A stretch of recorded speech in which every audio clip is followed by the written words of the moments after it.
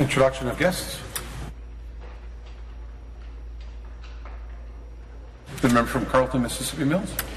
Thank you, Mr. Speaker. It gives me great pleasure to introduce a guest, a friend of mine, former Senator Len Harris from Queensland, Australia, who has joined us here in Ontario to talk about property rights.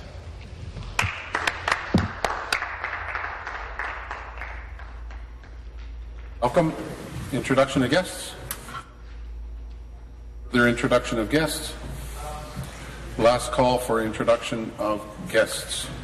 It is now time for members' statements. The member from Perth Wellington. Thank you, Mr. Speaker. Perth Wellington needs more family doctors. The government should know that by now. For the last 3 years, my constituents and I have told them so. We're seeing physicians retire, end their practice, and move away, and not enough new ones to take their place. In the last 2 weeks alone, 5 people have contacted me to say they need a doctor. Mr. Speaker, that is 5 people and 5 families too many. There are no walk-in clinics in Perth Wellington for people who are not already registered with a doctor. People are waiting for hours in our emergency rooms to be seen by a physician for routine issues. Our communities are facing many additional repercussions. Recently, a healthcare professional emailed me. She was concerned that those without a doctor do not have easy access to the flu shot because it is not yet available in pharmacies. Thank you, I also received many calls from people who are forced to pay hundreds of dollars to access their medical records after they lose their doctor. Repeatedly, I have brought their concerns to the attention of the Minister of Health. I have relentlessly spoke up for them. I hope the new minister will listen. I hope he will ensure that we in Perth Wellington and all of our rural and small-town Ontario will have access to timely medical care. Thank you, Mr. Speaker. Thank you. Member from Sudbury. Thank you, Speaker. Through you, I would like to take this opportunity to congratulate all those who have put their name forward in the upcoming municipal election, which is coming up very quickly next week. There are amazingly 10 people running for the position of mayor in Greater Sudbury, and 60 who are seeking one of the 12 council seats that make up Greater Sudbury. The new council will face the daunting task, as past leaders in Greater Sudbury have, of trying to take tangible bites out of the approximate $700 million capital deficit. I remind the MPPs in the House that Greater Sudbury faces many infrastructure demands, as other municipalities do. Yet there is one large difference. The City of Greater Sudbury is about 3,200 square kilometres. We are responsible for 3,600 lane kilometres of roads, 500 kilometres of sidewalks, 873 kilometres of water mains, 793 kilometres of sanitary sewer, 2 water treatment plants, 10 wastewater plants, 21 deep wells, 69 lift stations, etc. This is coupled with the projected reduction in Ontario Municipal Partnership Fund to Greater Sudbury of $3.1 million in 2015, $2.8 million in 2016, and $2.5 million in 2017. Adding to this dilemma is that the projected tax-based growth is pegged at only 0.6% in each of the upcoming 3 years. I look forward to working with the new Mayor and Council of Greater Sudbury to have upper levels of government understand that the approximate 60,000 property taxpayers and 40,000 water wastewater ratepayers can no longer be hit with high rate increases each year. It is unsustainable, and I urge everyone to go out and vote on Monday. Thank you. Member statements. The member from Ottawa, Orleans. Thank you, Mr. Speaker. I rise today to thank my colleagues on all sides of this House for their support of the Miracle League of Ottawa, the only Ontario finalist in a national community development competition held this past summer. Bryce DeRocher, an 11-year-old boy with cerebral palsy who loves baseball, is the inspiration behind a campaign to build the accessible baseball diamond. While the Miracle League of Ottawa did not win the grand prize, it did win one of the secondary prize of $25,000. This brought them one step closer to the $1 million needed to make the project a reality. This was still a great success. I would like, however, to take the opportunity to warmly thank the Blue Jays, the Toronto Blue Jays, for what they did shortly afterward. They contacted the Miracle League and the DeRocher's family and generously donated $210,000 to the Baseball Diamond Project. Grâce à leur générosité, la Ligue Thanks to their generous mind, the Miracle League of Ottawa is nearer the goal and that this project can be real. We can all be proud of what a community and those who rally behind it can achieve for the good of our families and all our children. Thank you. Merci, Monsieur le Président. Thank you, Mr. Speaker. The member from Lambton, Kent Middlesex. Thank you very much, Speaker. It's an honour to rise and congratulate a constituent from my riding who is doing great work and having a positive impact across Ontario. Troy Adams of Watford was recently recognized by the Brain Injury Association of Canada, which presented him with the prestigious Prevention and Awareness Award. Troy suffered a serious brain injury in a car accident 11 years ago, but he met this challenge with passion and purpose. He created the Troy's Run Foundation, which tackles acquired brain injuries by focusing on hope, prevention, and education. I had the opportunity to meet with Troy here at Queen's Park in 2012 as he ran across Canada to support his foundation. Since then, he has been busy hosting community events, fundraising, and training for more long-distance runs, including one he plans to make across the Canadian Arctic next year. Speaker, along the way, he has been an exceptional role model and a force for good in his community. Thank you, Troy, for working so hard to create positive change, and congratulations on this well-deserved recognition from the Brain Injury Association of Canada. Thanks. Thank you. Member statements. The member from Kenora-Rainy River. Thank you, Speaker. Since the election this past June, I've spent my time travelling around the vast and beautiful riding of Kenora-Rainy River, listening to many of my constituents regarding their needs and their highest priorities. I have heard from people about their concerns about the unaffordability of everyday life, whether it is the high cost of groceries and gasoline, their property tax bills, or home heating such as hydro or oil. When face-to-face with these hard-working people and hearing their stories, their struggles were palpable. I heard more concerns about not being able to access health care close to home. Instead of having access to medical services in Winnipeg, about 200 kilometres away, an increasing number of people are being told that they must travel 2,000 kilometres away to the nearest specialty clinic in Ontario.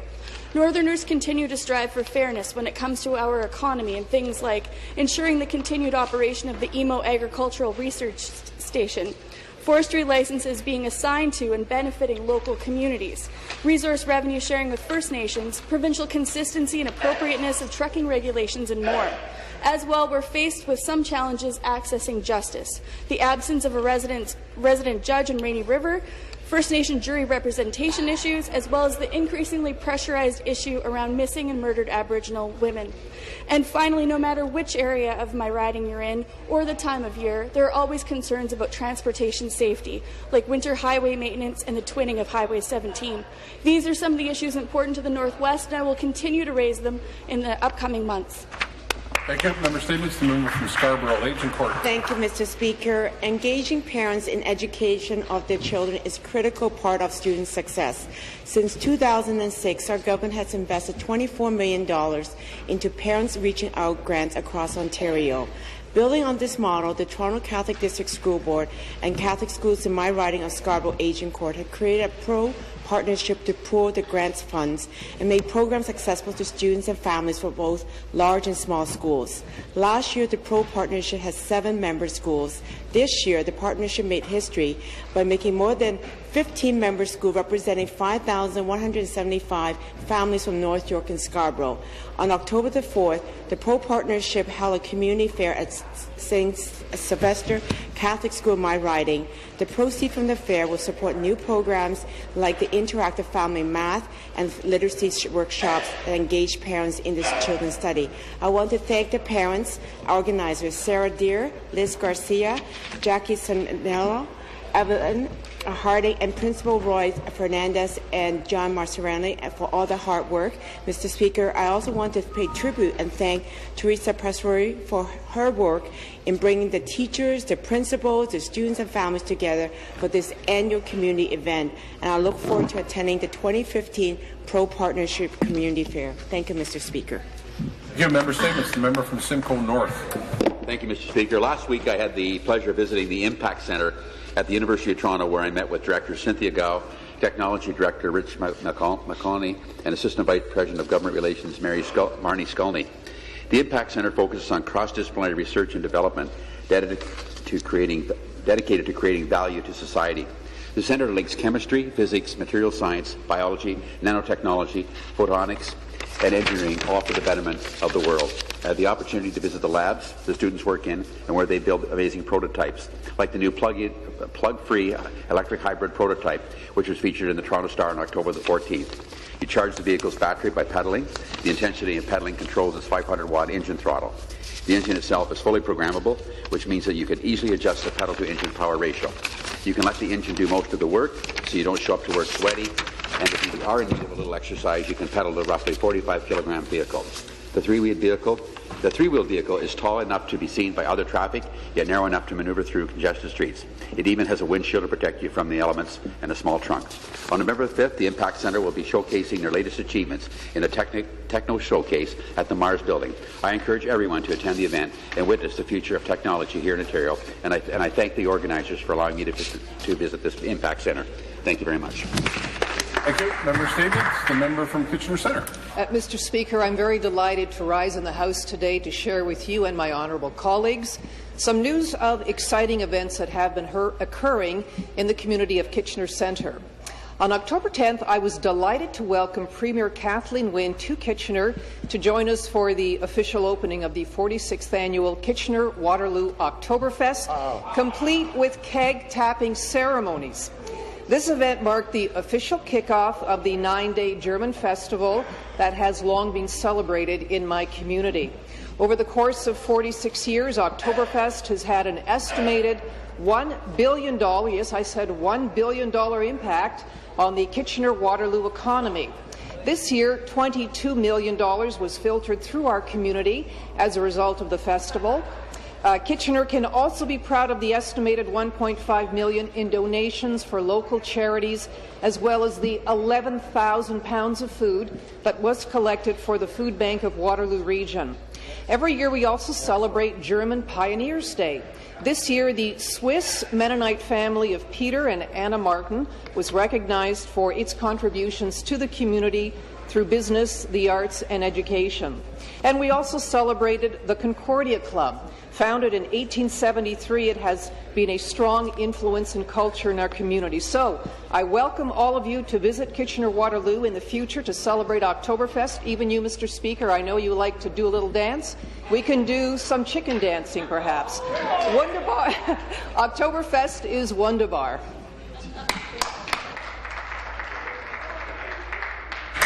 I didn't think that was out of order. Member statements. Member from Mississauga-Streetsville. Thank you very much, Speaker. Speaker, this year of 2014 has been a very exciting one for all of us in Western Mississauga, particularly our neighbours in the village of Streetsville. After some $3 million of investment and months of construction work, Streetsville's Village Square has been reopened to the public as of the middle of September. It's a new and a refreshed square, and it features a modern covered stage, a sound system, and a brand spanking new state-of-the-art lighting system. The focal point of the new Streetsville Square is the fully restored cenotaph, which will ensure that Ontario will continue to honour those who served in uniform for Canada. Ward 11 Councillor George Carlson was the primary driving force behind the project. In fact, also my federal colleague, MP Brad Butt, helped to secure the funding. The idea to revamp Streetsville Village Square has been in the making for nearly 8 years. It's a new and a revamped square that honours tradition while embracing modern urban design. Streetsville Village Square is an even better destination for residents of Western Mississauga and a wonderful welcome to our visitors and a great boon for local businesses. The official opening of Streetsville Village Square is slated for next spring. I want to congratulate the Streetsville BIA and everyone involved in making the project happen, and I hope to welcome many visitors to historic Streetsville. Thank you. Thank you. I thank all members for their statements. Reports by committees. Reports by committees. The last call for reports by committees. Introduction of bills. The member from Thornhill. Mr. Speaker, I move that leave be given to introduce a bill entitled An Act to Require the Establishment of an Advisory Committee to make recommendations to the Minister of Transportation and the Minister of Community Safety and Correctional Services for the improvement of highway incident management. And I move that it be read now for the first time. I'm going to give to Ben 5 copies. It's a good.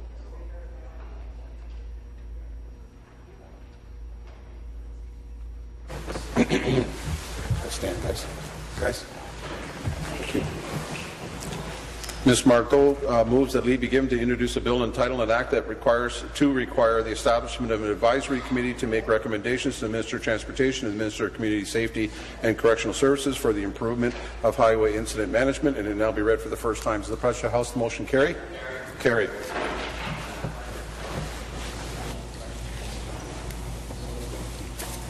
This is a bill entitled an Act to require the establishment of an advisory committee to make recommendations to the Minister of Transportation and the Minister of Community Safety and Correctional Services for the improvement of highway incident management. First reading of the bill, Premier Lecture, Projet de Loi. The member for a short statement. Thank you, Mr. Speaker. The bill requires the Minister of Transportation, the Minister of Community Safety and Correctional Services, and the Commissioner of the Ontario Provincial Police to establish an advisory committee to analyze highway incident management and to develop a comprehensive program to improve it. The committee is to be established within 60 days after the bill receives royal assent and must be read to the 2 ministers within 8 months after its establishment. The committee's report must make recommendations respecting the following. 1. Providing public education programs to improve driver behaviour in circumstances involving highway incidents, reducing the time for appropriate authorities to detect and verify highway incidents and to clear highways after the occurrence of highway incidents, providing timely and accurate information about highway incidents to drivers.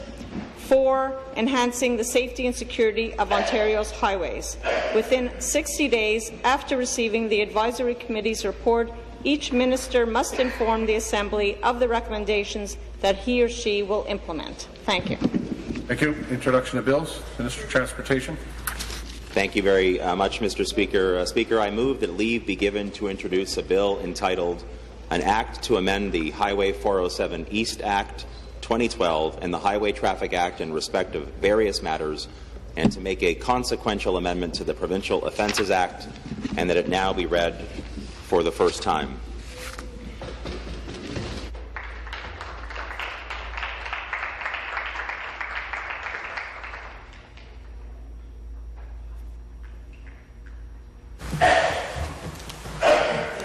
Mr. Del Duca moves that leave be given to introduce a bill entitled an Act to amend the Highway 407 East Act 2012 and the Highway Traffic Act in respect of various matters, to make a consequential amendment to the Provincial Offences Act, and it now be read for the first time. It's the pleasure of the House. The motion carried?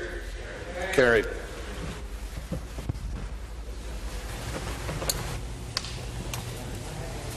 This is a bill entitled an Act to amend the Highway 407 East Act 2012 and the Highway Traffic Act in respect of various matters, and to make a consequential amendment to the Provincial Offences Act. First reading of the bill, Premier Lecture, Projet de Loi.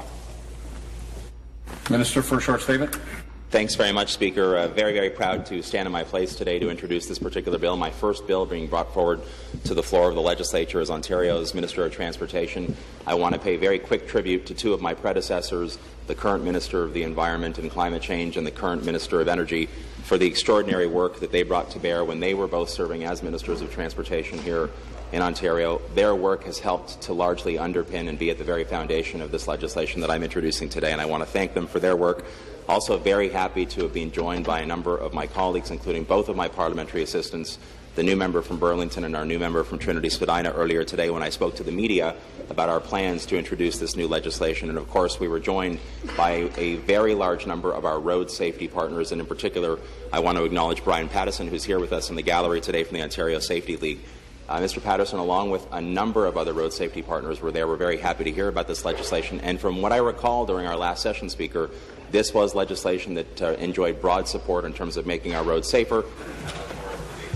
I let this go a little bit, but the normal procedure is either a ministerial statement or you read from the explanatory notes of what the bill is. So I would remind all members that that's the process that we have, and I would appreciate very much that it take place in that manner. Introduction of bills. The member from Carleton, Mississippi Mills. Mr. Speaker, I move that leave be given to introduce a bill entitled An Act to Repeal the Niagara Escarpment Planning and Development Act and to make a related amendment to the Ministry of Natural Resources Act, and that it now be read for the first time. I give the page 5 copies.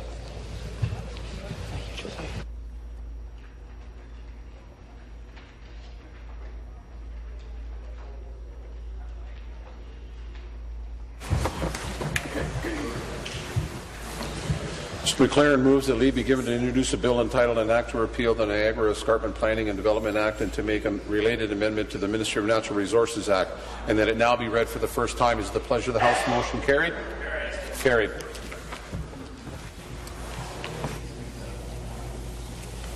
This is a bill entitled An Act to Repeal the Niagara Escarpment Planning and Development Act and to make a related amendment to the Ministry of Natural Resources Act. First reading of the bill, Premier Lecture, Projet de Loi.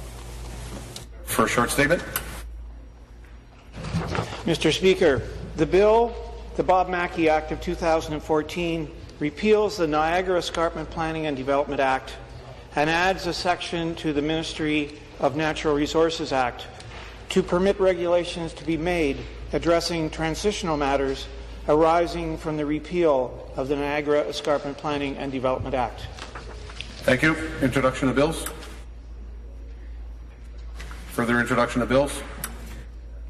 Last call for introduction of bills. Motions. Motions.